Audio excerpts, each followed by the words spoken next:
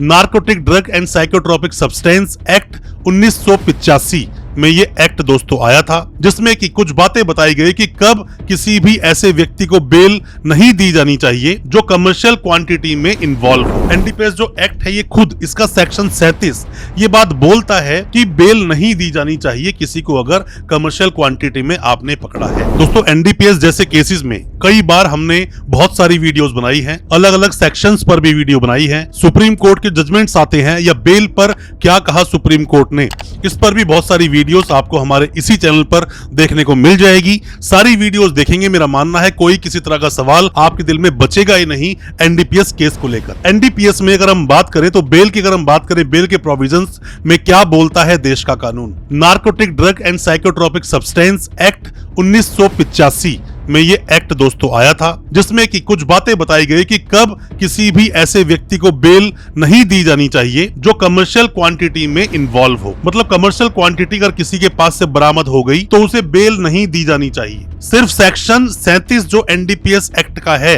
सिर्फ यही नहीं कहता, इसके ऊपर जजमेंट्स भी हैं सुप्रीम कोर्ट के कि जब एक बार बेल दे दी गई सेशंस कोर्ट के द्वारा, मतलब जो ट्रायल कोर्ट होता है, स्पेशल कोर्ट होता है एनडीपीएस का, जब वहां से बेल दे दी गई तो हाई कोर्ट में बेल कैंसिलेशन लगाया गया सेक्शन 37 को देखते हुए और साथ में सुप्रीम कोर्ट के जजमेंट्स को देखते हुए। और जब हाई कोर्ट ने बेल दे दी तो उसको सुप्रीम कोर्ट में चैलेंज किया गया और बेल को कैंसिल करवाया गया। आज मैं अपनी इस वीडियो के माध्यम से आपको बताऊंगा 3 ऐसी बातें कि क्यों एनडीपीएस के केसेस में जब कमर्शियल क्वांटिटी आती है तो बेल आपको नहीं मिल पाती है। ज्यादा कुछ जानने के लिए दोस्तों बने रहिए हमारे इस वीडियो के साथ। नमस्कार दोस्तों, फिर एक बार स्वागत करता हूं आप सभी का अपने इस यूट्यूब चैनल पर जिसका नाम है फाइट फॉर ट्रू। मेरा नाम है वीरेंद्र वर्मा। दोस्तों एनडीपीएस को समझने से पहले आपको यह समझना चाहिए कि एनडीपीएस है क्या। एनडीपीएस मतलब कि कोई भी मादक पदार्थ या फिर कहें नशीले पदार्थों का जो भी कोई निर्यात करता है, आयात करता है, अपनी कस्टडी में रखता है या उसके पास से ऐसी बरामदगी होती है जो कि किसी भी तरह से नशीले पदार्थ है जो कि बैन किए हुए हैं अपने देश में। Narcotic drug and psychotropic substance act 1985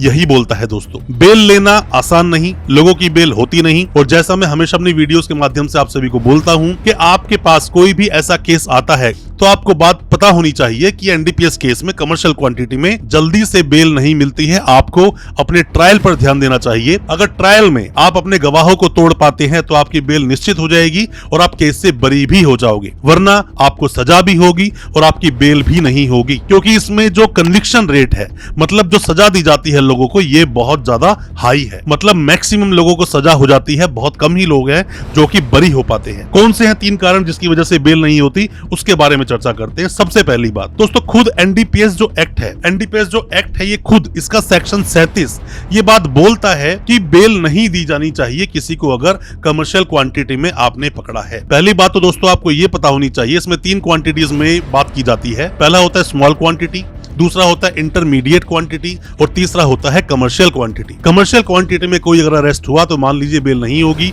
पूरा ट्रायल खत्म करके ही बाहर आएगा।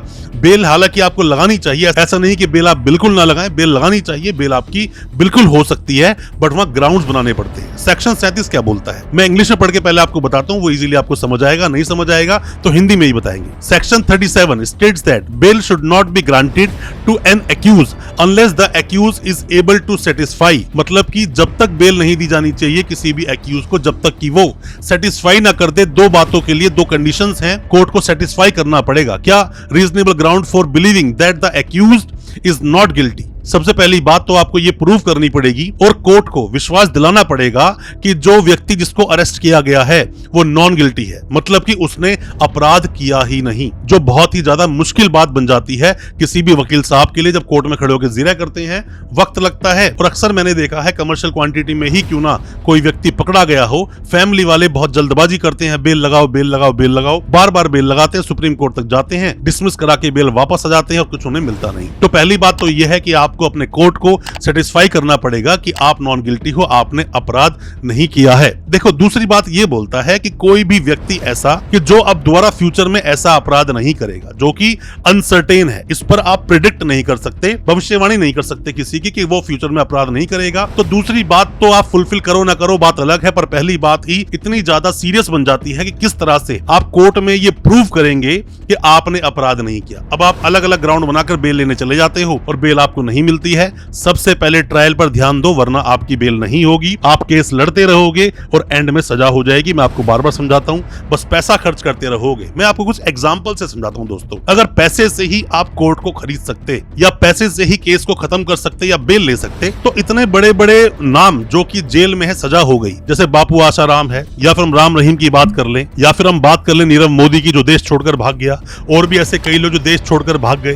तो मतलब पैसा देकर आप बेल नहीं ले सकते, पैसा देकर आप केस खत्म नहीं कर सकते, पर हाँ पुलिस की इन्वेस्टिगेशन को बायस जरूर करा सकते हो, छेड़छाड़ करा सकते हो, वो बात अलग है। बट कोर्ट में जैसे ही आओगे वहां पर चीजें बड़ी क्लियर हो जाती है। दोस्तों, आप में से कोई भी लॉ स्टूडेंट हैं, कोई भी नए वकील साहब हैं, अभी आपने अपनी वकालत शुरू की है, मतलब प्रैक्टिस शुरू की है, या आप में से कोई भी आपका सगा संबंधी जानकार कोई भी जेल में है, या फिर आप पर कोई भी एनडीपीएस केस हुआ है, वीडियो बहुत आपके काम का है, वीडियो को पूरा देखें। और भी हमारी बहुत सारी एनडीपीएस पर वीडियोस हैं, उन्हें भी देखोगे तो एनडीपीएस के बारे में बहुत डिटेल में चर्चा की है, आप जान पाओगे। हम अपने सभी प्रैक्टिकल एक्सपीरियंस को आपके साथ साझा करते हैं, क्या कुछ होता है कोर्ट में। कोई भी किसी भी तरह की ऑनलाइन कंसल्टेंसी लेना चाहते हैं, दिए गए नंबर पर व्हाट्सएप करें, आपको रिप्लाई जरूर आएगा। हो सकता है हमारी किसी सलाह से आप अपने केस से बाहर निकल सके। अब हम बात करते हैं दूसरे मुद्दे की कि क्यों आपको बेल नहीं मिलती है। दोस्तों, कभी भी आप सेशन कोर्ट से बेल ले लोगे ना, तो आपकी 100% स्टेट आपकी बेल को अपोज करने के लिए, मतलब बेल को फिर से कैंसिल कराने के लिए हाई कोर्ट जाएगा, और हाई कोर्ट से आप बेल ले लोगे तो सुप्रीम कोर्ट जाएगा। मतलब एनडीपीएस वालों के लिए ये डगर बिल्कुल भी आसान नहीं है।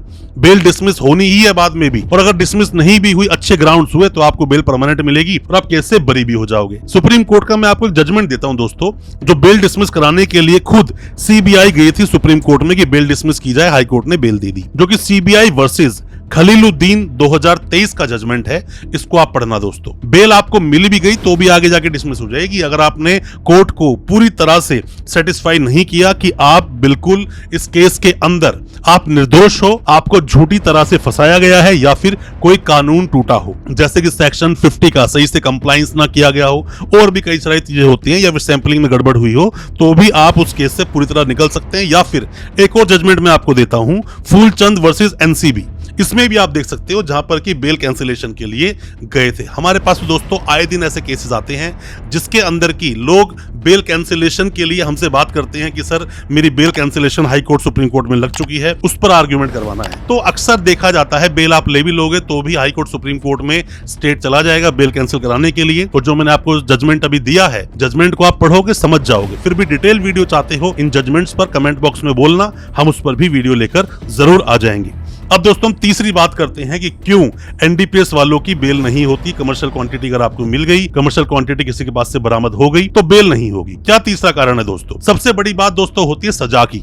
सजा में क्या बोलते हैं? पहली बात तो तीनों ही मामले जो है ये नॉन बेलेबल हैं, चाहे तो स्मॉल क्वांटिटी हो, चाहे इंटरमीडिएट क्वांटिटी हो, फिर चाहे कमर्शियल क्वांटिटी हो, तीनों ही नॉन बेलेबल अपराध है, पुलिस पकड़कर जेल में डाल देगी। और जितनी क्वांटिटी बढ़ती जाएगी उतनी ज्यादा आपकी सजा और फाइन भी बढ़ता जाएगा। मतलब कि मान लीजिए अगर किसी भी केस के अंदर 250 ग्राम अगर कमर्शियल क्वांटिटी है, अब इसको बढ़ाते जाओ, अब 250 ग्राम की जगह आप 25 किलो कर दो, 30 किलो कर दो, 50 किलो कर दो, तो सजा उतनी ही ज्यादा आपकी बढ़ा दी जाएगी और फिर आपको ज्यादा से ज्यादा फाइन भी देना पड़ेगा, सजा भी पूरी काटनी पड़ेगी। आप अपील में जाओगे, हाई कोर्ट में जाओगे, सुप्रीम कोर्ट में जाओगे कि मेरी सजा माफ कर दी जाए, फिर भी सजाएं माफ नहीं होंगी। बहुत ज्यादा सीरियस नेचर के अपराध अपने देश में ये माने जाते हैं और सजा को देखा जाए तो शायद दोस्तों उम्र कैद तक की है। इवन आपको डेथ पनिशमेंट भी मिल सकती है, डिपेंड करता है केस टू केस। कोई भी किसी भी तरह के सवाल आपके दिल में है एनडीपीएस केस को लेकर, कुछ भी आप पूछना चाहते हैं, दिए गए नंबर पर व्हाट्सएप करें। ऑनलाइन कंसल्टेंसी लेना चाहते हैं, कुछ पूछना चाहते हैं आप कॉल कर तो भी आप दिए गए नंबर पर व्हाट्सएप कर सकते हैं। हो सकता है इसमें हम आपकी कोई